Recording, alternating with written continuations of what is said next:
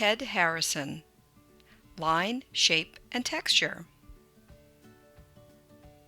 Ted Harrison was born in 1925 in England, but he later relocated to northern Canada in 1967.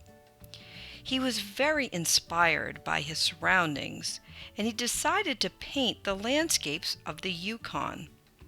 His artwork is easily recognizable for his bright colors, contrasting color palettes, and swirling and whimsical lines.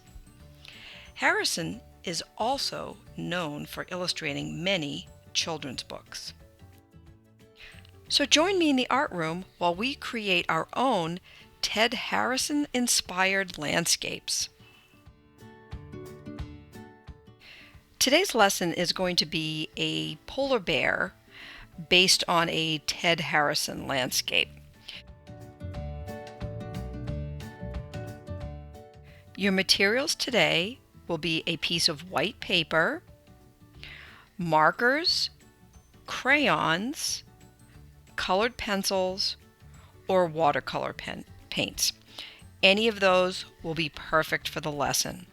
We are going to start with a piece of white paper and we're going to hold it the tall way. This is called portrait or vertical. In the middle of the paper, we are going to draw an oval shape right in the middle with a black crayon or a marker. We are next going to draw 2 black circles on either side of the oval. That oval is going to be his face, and the 2 little black dots are going to be his eyes. Next, we're going to draw another oval inside the bigger oval.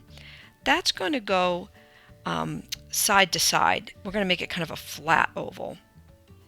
That's going to be his little nose. Then we're going to draw a straight line down and another little line across for a mouth.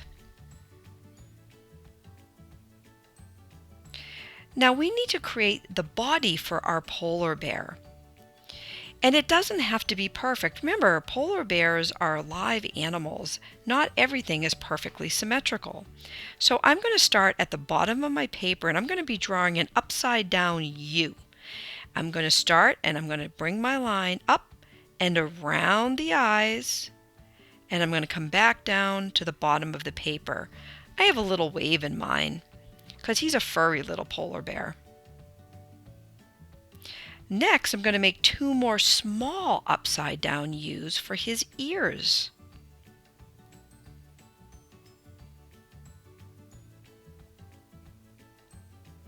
Then I'm going to add some little black ovals inside the ears. He looks pretty cute already. Now I'm going to add 2 arms. These are going to be a U shape on either side of his body on the inside. Now I want to add some texture to his body. I want to make him look like he's furry. Texture in art is sometimes referred to as implied texture. It's how something would feel if you would touch it. Since we really can't feel the bear, we want to make it look like he has texture or he's furry. So I'm going to add some tiny little black lines with a crayon around the edge of his body to give an implied texture of fur. I'm going to go around both sides of his body using these tiny little lines. I'm going to add some around his ears too, so his ears look furry. These little lines will give us the illusion of texture. I'm going to add some around his paws, and I'm going to add some texture around his face.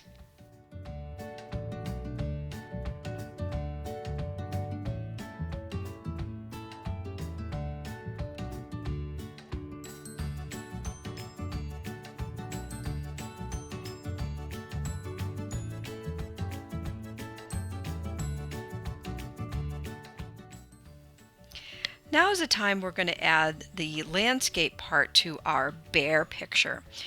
This is inspired by Ted Harrison. And you can see the little picture up here on the corner. This is one of Ted Harrison's paintings. So I turn my paper sideways so the bear is sideways because I find it easier when I draw this landscape that I'm making the lines coming towards me. I start at the top of the paper and I work going across. We're going to draw some lines coming across our paper for our landscape. When I get to the bear, I stop and I jump, whoop! I'm going to jump right over that bear and then I'm going to continue my line. I'm going to start at the top, oh, there's my bear, jump over, and then continue. I'm going to do one more, whoop, there's the bear, jump over, and continue. And let's add another line. One here, jump over, and continue. Now I can straighten out my picture of my bear, and you can see that I have a kind of a fun landscape behind him. I'm going to add a sun in the background. That's going to be a partial circle. I'm going to draw another one around it, and then one more, so that I can add some warm colors to my painting, as well as some cool colors for my landscape. So I have a sun and some hills. So when you color in your landscape, you could use crayons, markers, if you have markers. You could use colored pencils. I'm going to use watercolors today. To begin, I'm going to have a set of watercolors, a little cup of water, and a brush and a paper towel. I haven't used these watercolors for a bit, so they're a little bit dry. I'm going to put these to the side for a second. And I want to talk about the colors that we're going to use in our landscape.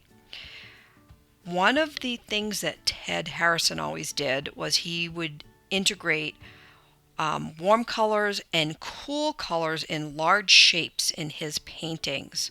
So I'm going to use some warm colors up here on the top where the sun is, and then some cooler colors down here on the bottom. I'm going to start with my sun. So I need to wake up my yellow paint. I'm going to put a little bit of water in my brush, and I'm going to put a couple of drops of water right in this pan so I can wake up my paint. And then I'm going to swirl it around on the tip of my brush about 10 times. That's usually a good way to wake up the paint.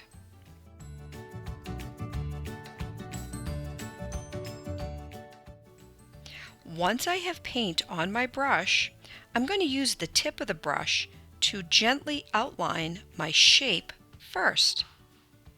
Then I'm going to reload my brush with a little more paint and fill in the center of the area that I just painted. I'm going to rinse off my brush and then go to my next color. My next color is going to be orange. I'm going to put a couple little drops of paint. I need to wake it up by swirling it around about 10 times. Wake up, little paint. And once it's awake, I'm going to go up to the top here, and I'm going to use just the tip of the brush, not squish it down, just the tip. And I'm going to outline my shape again. And then I'm going to fill in that whole area. And I'm going to continue to do this with different colors.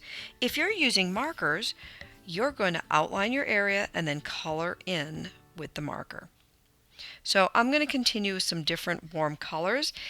I'm showing you another picture here of a Ted Harris painting that shows how he used warm colors, which might be red, orange, and yellow, and then his cool colors of blues, purples, and greens.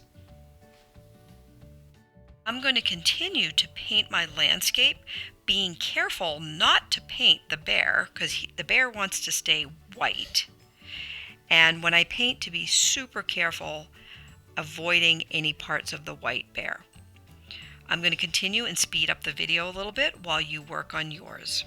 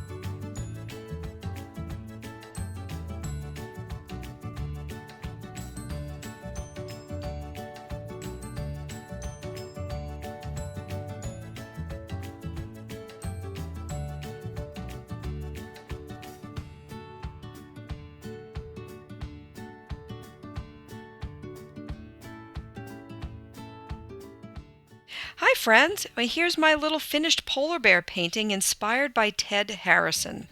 Today we learned about line. We use lines to create our landscape.